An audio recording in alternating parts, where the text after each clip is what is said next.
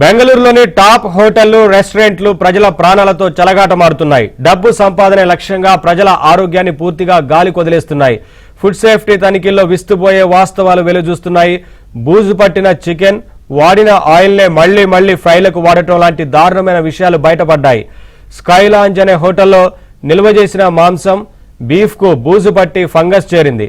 గడువు ముగిసిన పాలు, పెరుగు హోటల్లో కనిపించాయి.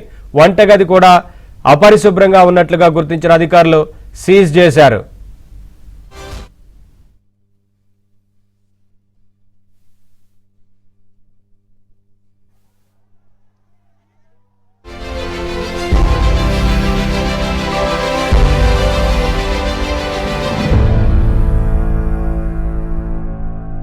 చికెన్, వాడిన ఆయిల్నే మళ్లీ ఫ్రైలకు వాడటం లాంటి దారుణమైన విషయాలు బయటపడ్డాయి.